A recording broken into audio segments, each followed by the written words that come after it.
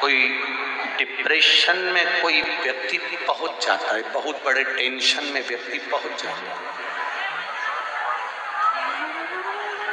आज आपको एक बात कहना चाहेंगे। तो एक पत्र आया, देखो,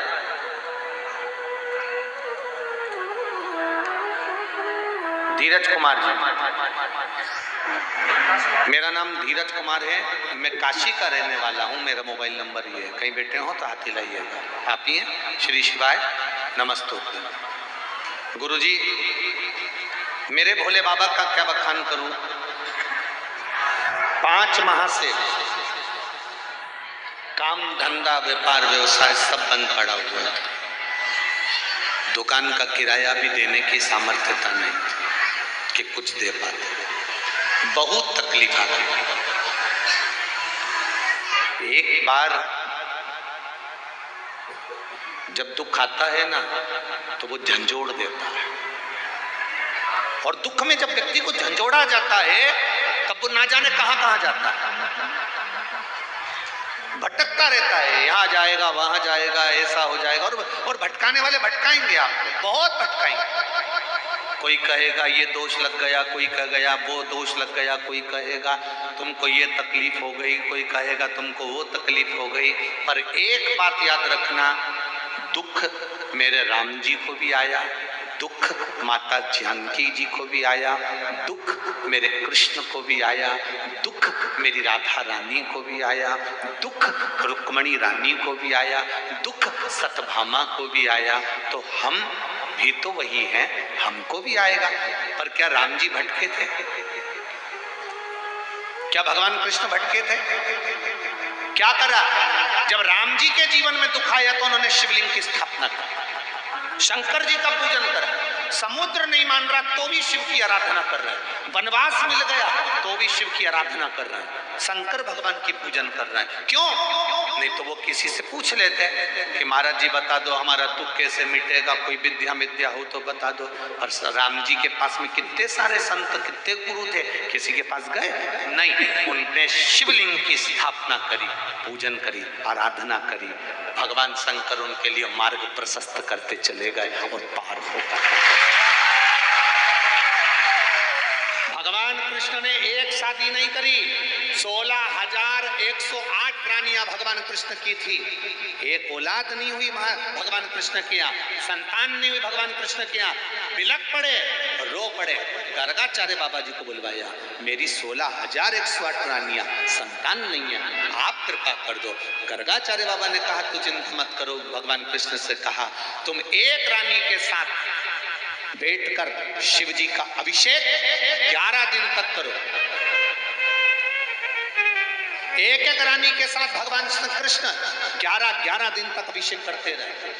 जब 11 दिन तक एक रानी के साथ में अभिषेक किया भगवान कृष्ण ने, शिव जी प्रसन्न हो गए, वर दे दिया, तुमने 11 दिन तक मेरा अभिषेक करा है, एक रानी के साथ बैठकर 11 दिन तक अभिषेक करा, इसलिए तुम्हारी एक रानी से 11 संतान होगी।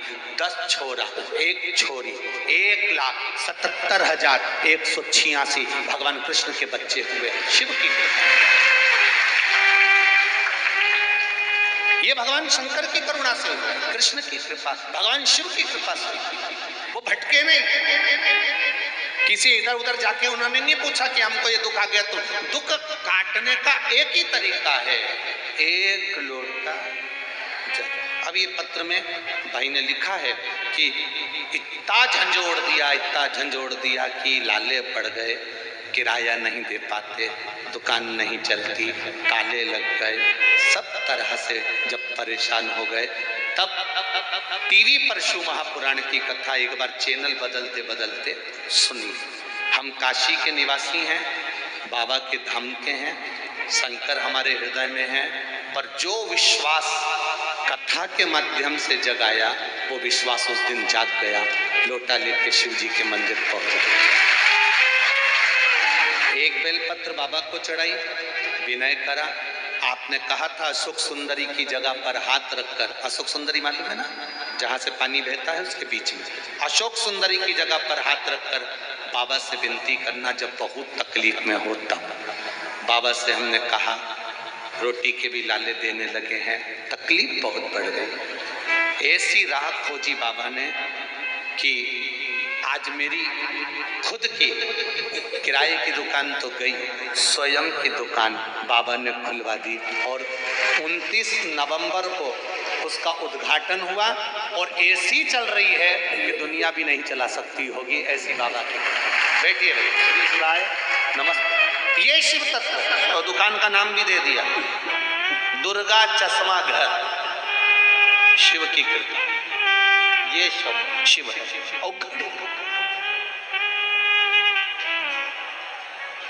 दुख में आया है, कोई दूसरा नहीं काटेगा।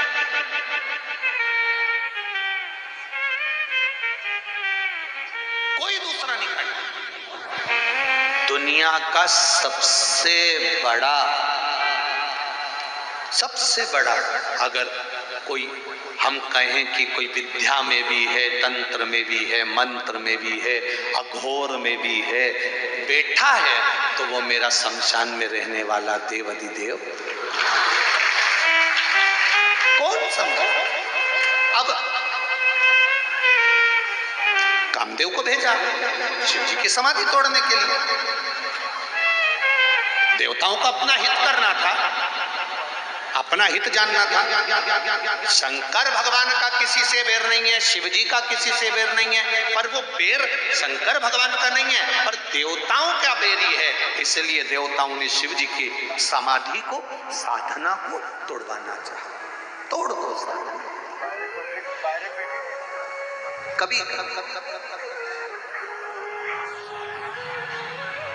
कभी हम मंजिल तक नहीं पहुंच पाते। कारण क्या होता है? हम भटक जाते हैं। मथुरा के विश्राम घाट पर 8-10 पंडा नाव में बैठ गए, भांग छान के पी के। 8-10 और उन्होंने नाव वाले से कहा कि आज नाव हम चलाएंगे, हमको वृंदावन जाना। मथुरा के विश्राम घाट से चले, नाव पे बैठे, पतवार ली और नाव उन्होंने खेना चालू कर। सुबह 9 बजे के बैठे थे, शाम की 5 बज गई, पर वृंदावन नहीं पहुंचे। घाट वालों से पूछा, हम सुबह 9 बजे के वृंदावन के लिए चले थे, ये कौन सा घाट है? तो कहा ये मथुरा का विश्राम घाट है। तो उन्होंने कहा हम यहीं से तो चले थे, अभी तक वृंदावन नहीं आया।